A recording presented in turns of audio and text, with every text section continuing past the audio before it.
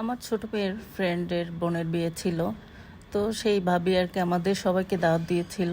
তো সেখানে হলুদ সন্ধ্যায় আমরা গিয়েছিলাম আর কি অনেক ভাবিরা মিলে। তো সব কিছু মিলিয়ে আসলে খুবই সুন্দর একটা প্রোগ্রাম ছিল। তো এই যে এখানে আমরা আর কি কয়েকজন মিলে আর কি সব ডেকোরেশন আর কি চলছে।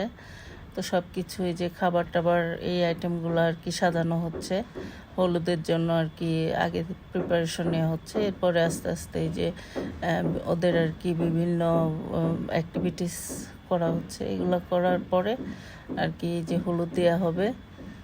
তো দেখেন, আসলে আমি এই বিয়েটা প্রথম দেখছি এইভাবে হলুদ বা টিয়া এগুলো আগে কখনো দেখি নাই।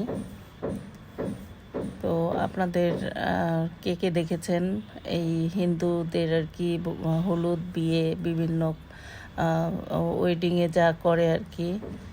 তো এগুলো আমরা আর কি খুব এনজয় করতেছিলাম। তো এই যে ও বউয়ের আর কি ফ্যামিলি মেম্বার্স ওরা আর কি ছবি টবি তুলছিল।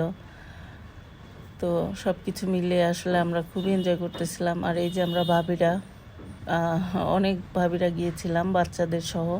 তো আমরা আসলে সময়টা খুবই এনজয় করেছি। আমাদের কাছে খুবই ভালো লেগেছে এই যে আমি একটু ক্যামেরাবন্দি হলাম।